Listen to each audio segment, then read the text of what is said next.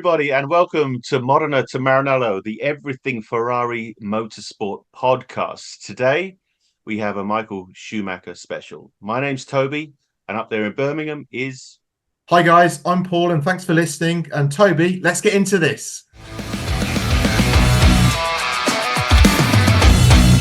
So I thought what we should talk about is Michael as a person. Before we even get into the whole Formula One thing or the Ferrari domination, or anything to do with his career, let's just talk about Michael as a person. What were your thoughts on that, Paul?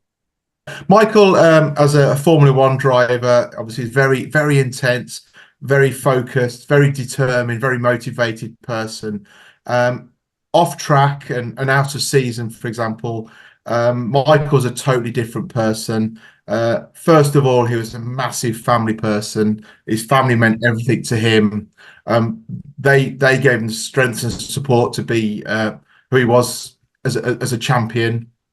But off track, he knew he repaid them with a lot of love and a lot of support. And also, I think he let his hair down, so to speak, off track. And he was a totally different person. Yeah, I think so. I think you're right. I mean, obviously, he was an incredibly, I think, like away from the track, he was all about family. It was all about spending time with his wife, obviously, and spending time with his kids. We could all see those images and those pictures, but I think he was incredibly dedicated to them away from the track, and also very protective. I think he wanted to keep them out of the spotlight as much as possible. And I think I think as far as it goes forward, I think they're repaying that Yeah, gift to him now, yeah, definitely. which obviously what's happened to him is Yeah, awful. So, yeah. um, but But he wanted to yeah, be a he was normal person. very Obviously, come private. from a working class background.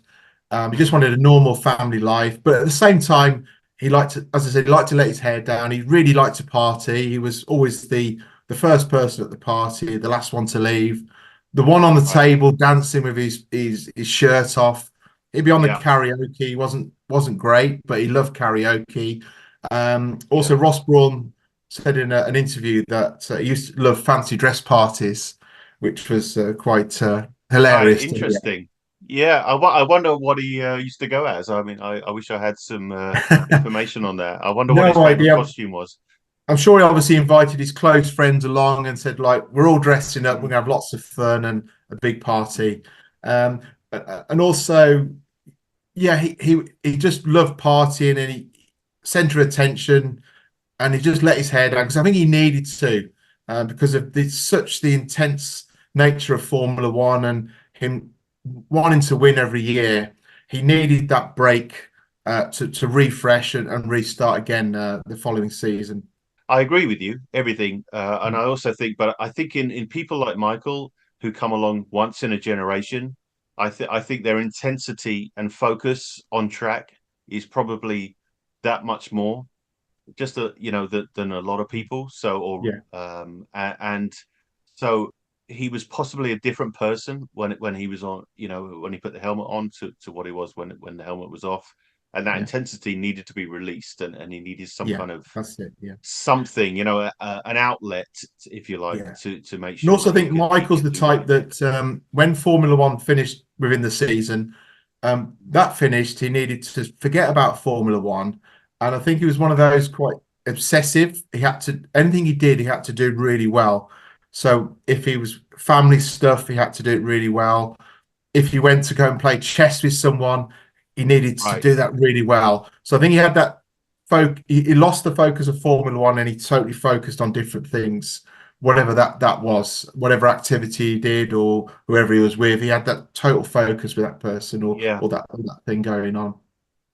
Yeah, absolutely. And no matter what we've said, above and beyond everything, I mean, I think he was an incredibly loving, family man, and focused focused on giving them everything they needed and could possibly want from him as a Yeah, person, but also, you know, um, as financially as he was able to do, he could provide for them, and I think he wanted to give them because he was from a working class background, Mm. and I think he wanted to show his kids that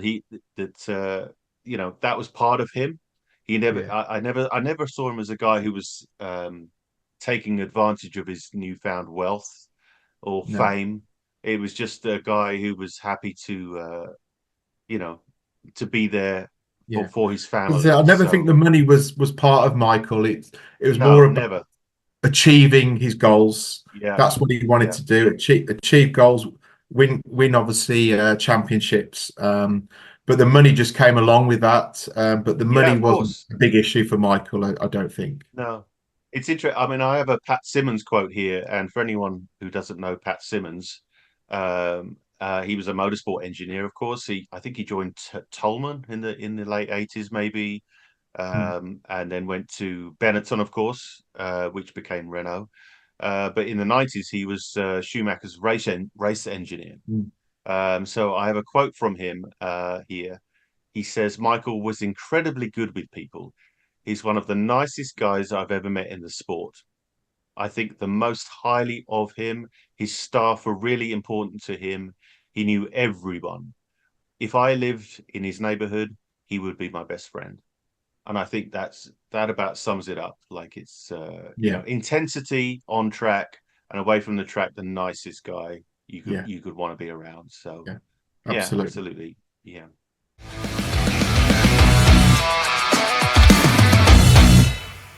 For me, Michael is one of those drivers that when you see him drive, it's an instant reaction. I think he's that kind of once in a generation driver, in the same way that you have a Max Verstappen or a Lewis Hamilton or an Ayrton Senna. He's one of those guys on track that you take notice of immediately. There's something about the way they are as a person and on track that's just different from a few other pilots. And I remember him in '91 coming in with the Jordan car, the green Seven Up car, and I thought that was incredible. That I think he had a Q. I think it was Q. Like, was he Q6 or Q7? Yeah. It Six. was Yeah. a six. Was it Q6? I know he retired at the beginning of the first lap, Yeah. Yeah. but that was enough to sort of establish him as wow, like this new kid is on, there's Mm, someone arrived here who's mm, special. And I'm not discounting Ensign or anybody who came before him, I'm just saying from this point on, there's a new kid on the block, if you like. Um, and I, obviously he went straight into the Benetton, where he had a couple of world championships, but we'd really like to sort of look at when he came into Ferrari, which was '96, of course. yeah. I know. What do you think, Paul? But for me, it was, the car wasn't great. He came Mm, in from Benetton, pulling some people in from the team. yeah. Uh, what are your thoughts on that? Yeah, it was obviously a big move for Michael. Ferrari had been in the doldrums since, unfortunately, the death of Enzo Ferrari in 1988.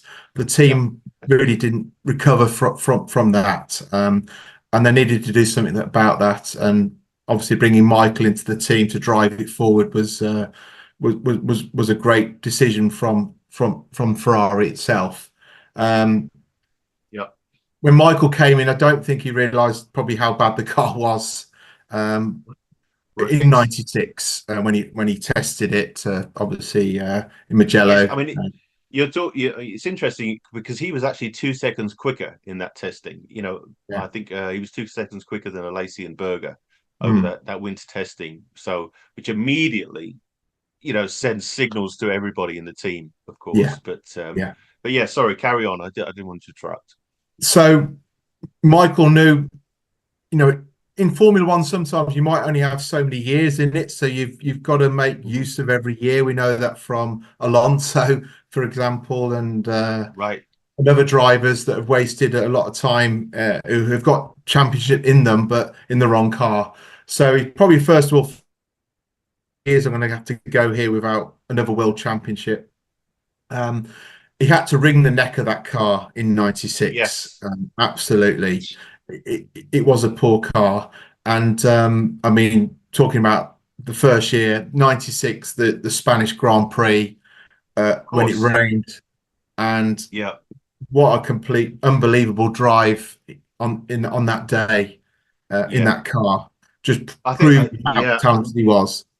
I think I remember Ross Brawn saying, the car was terrible, but Yeah, if it's a bad car in the dry, it's a bad car in the wet, and yet the man brought it home to win in yeah, Spain.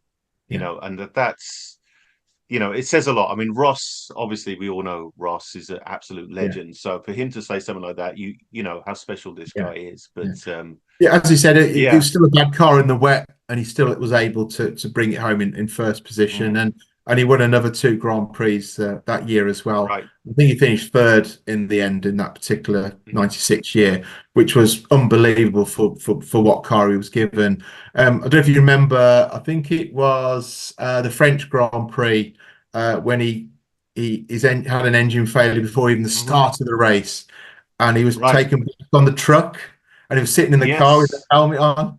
I mean, that's he must right. be thinking, this is embarrassing. What is this about? I I mean, how know. Like what? embarrassing is that?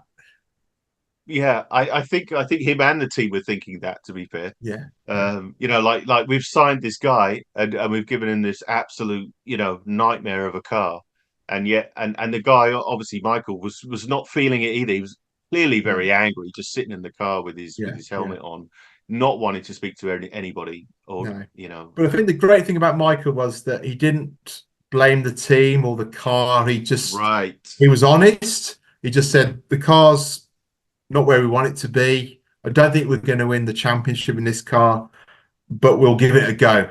It's a dream. Don't expect Yeah. the dream to happen, but we're going to give it our best shot. So I think he was looking long term to I sort the mean, car out. yeah, absolutely. I remember the quote. He said he wouldn't. What was the quote in '96 when they won in Spain? He said he wouldn't have bet a penny or something like that Yeah, that they could have won. So when yeah, a race that's that yeah, couple of years. Yeah, absolutely. I think he actually saw the sort of the long game plan here. Like he was working on bringing people from other teams. Obviously, Ross yeah, Brawn, yeah, Jean was already there, yeah, of course, and yeah. Rory Byrne is Roy Byrne. there, Yeah, and it's yeah, yeah, like he had these people that he was bringing in, and he knew that he was waiting. He was just playing a waiting game and yeah, making that whole team gel. yeah, Um, and plus how he was with the rest of the team. I don't think there's been up to that point, there wasn't a driver that knew every mechanic's name and when their birthdays were, or when their wives' yeah, birthdays yeah, were. yeah. Um, so he was part. He just wanted it to be a complete package. Yeah. He wanted And he everyone to be worked on the so same hard, page. didn't he? He spent Yeah, so much time on the car. He'd be there with the mechanics late at night looking at things to make the yeah, car better. And I yeah, think they realized that this guy, if we give this guy the right car, he'll win championships for us. Simple as that. 100%.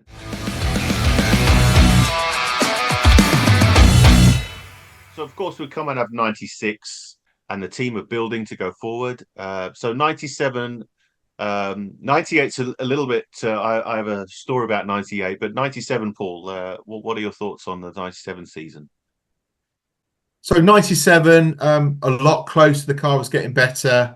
He was leading the championship with the last race, Jerez, and with him or Villeneuve, it was going to be Yeah. for the championship. And I think we all know what happened. I don't need to sort of spell it out, but Hmm.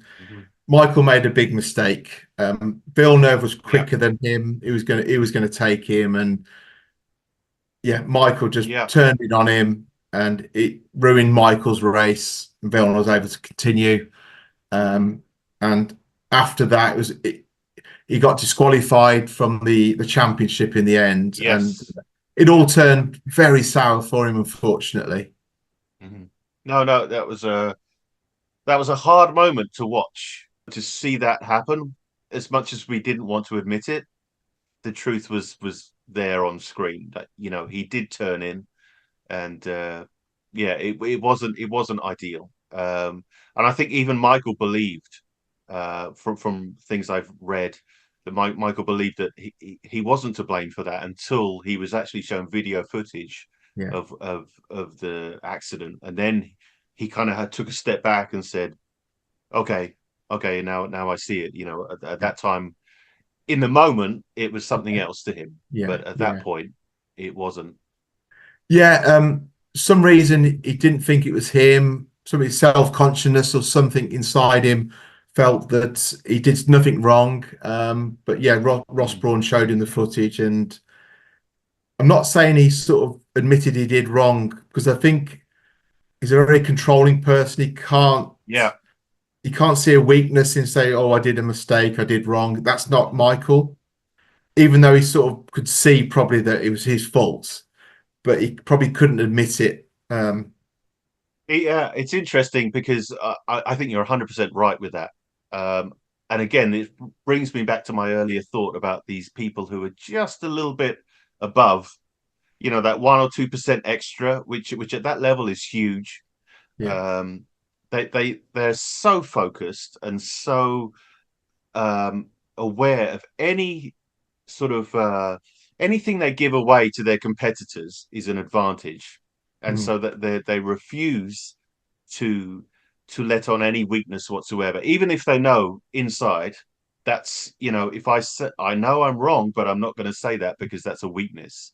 So, and it's the same thing here, I think.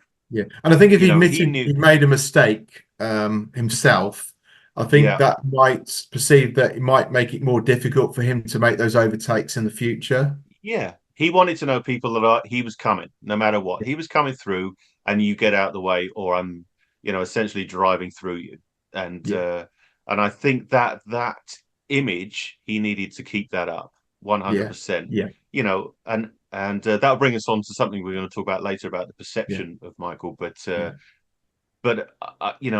I think there is a difference there. There's the guy with the hat on, the mm, helmet on, and then there's the guy outside the car, and they're very different people. So, and why, that, and rightly so, because that's their job. yeah. Their job isn't 24 hours a day. Yeah, So, and he knew he had to be the best to beat everyone. He had to be the most yeah. focused, the fittest, the most, as I said, most determined And to be he able did that to beat absolutely. them. He brought another level to Yeah, the sport. He brought a level of fitness that had never been seen before. I yeah. think a level of Yeah, that was new focus. to Formula One, wasn't it? I mean, Yeah, Senna was in that sort of yeah, category, but looking absolutely. Yeah. before that, it was sort of the guys were fit, but they probably have a few beers after the race Mhm.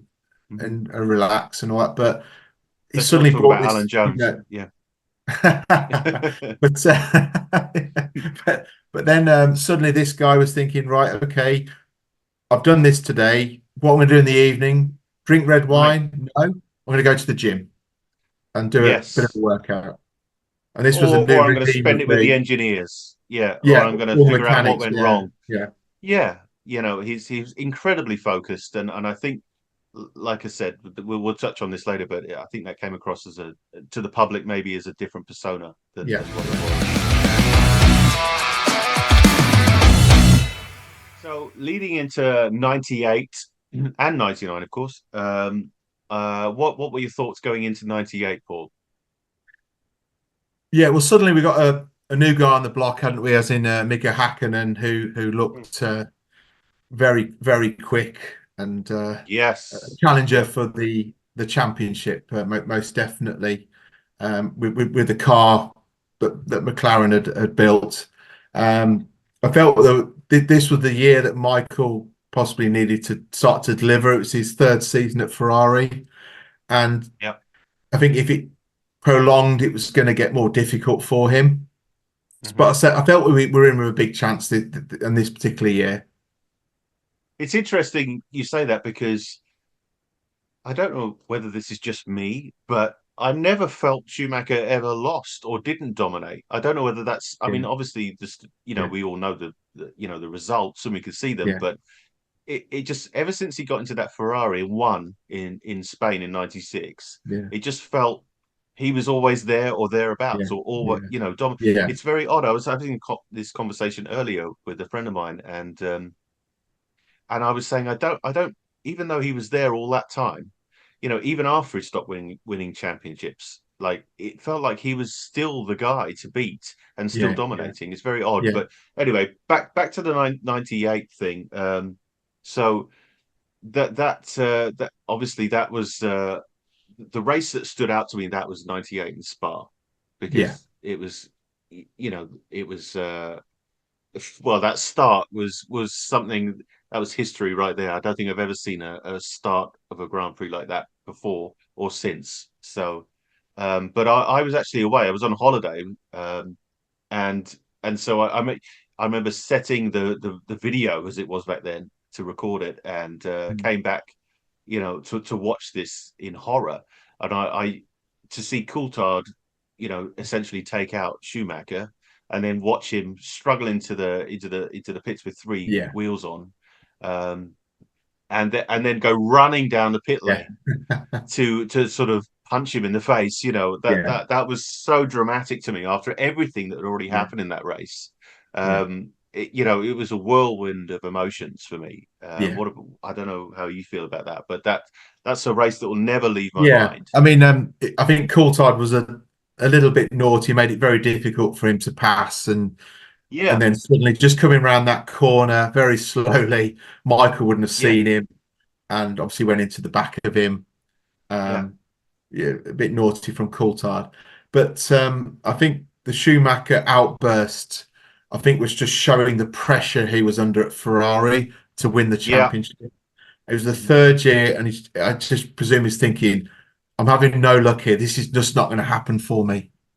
Right, right. Even though it felt like it was, like Yeah, I said, yeah, it's weird. It's weird. It's very strange for me because I thought everything of this guy already. So yeah, it just felt like he was always dominating, even though he wasn't yeah. at that point. But going forward into '99, again we had the Mika challenge was very Yeah. strong that year as well. And unfortunately, we had the Silverstone accident where he broke his leg.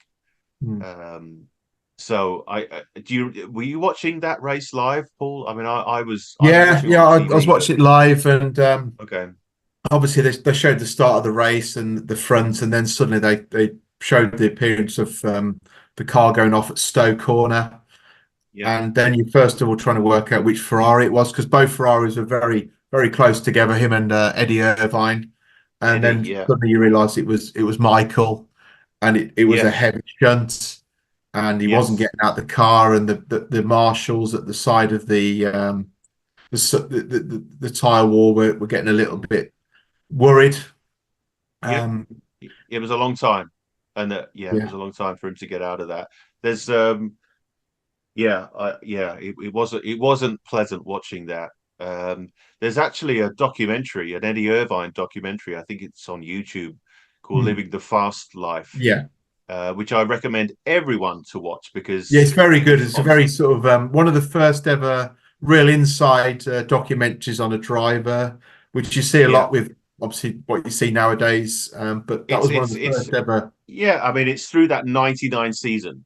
It's Yeah, like the first, imagine Netflix, yeah, back then, but not like better, much better. yeah, So well, anything would be better, to be yeah, honest. But it is just, it's a proper documentary, guy with a camera following him yeah, and the team throughout that '99 season, and of course that is part of it. And I recommend "Living the Fast Life." It's called. yeah. It's very I'll put good. it up Yeah, on screen, and it's fantastic. We all know the outcome of that season, unfortunately, yeah. um, but But again, I think it's it. that year Michael would have cruised to that championship personally.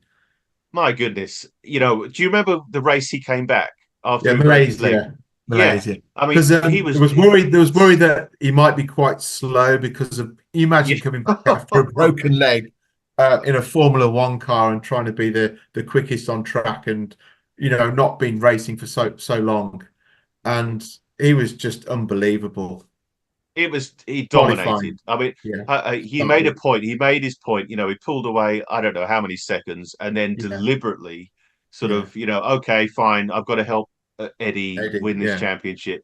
So there's no chance for me. And I just remember him, pulling out such a gap.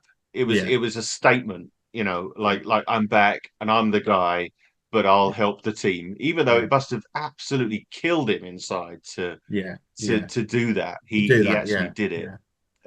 I think, as I said, I think going over the years, we always classed as this number one driver.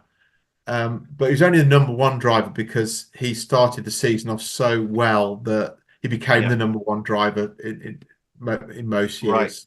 That was my opinion.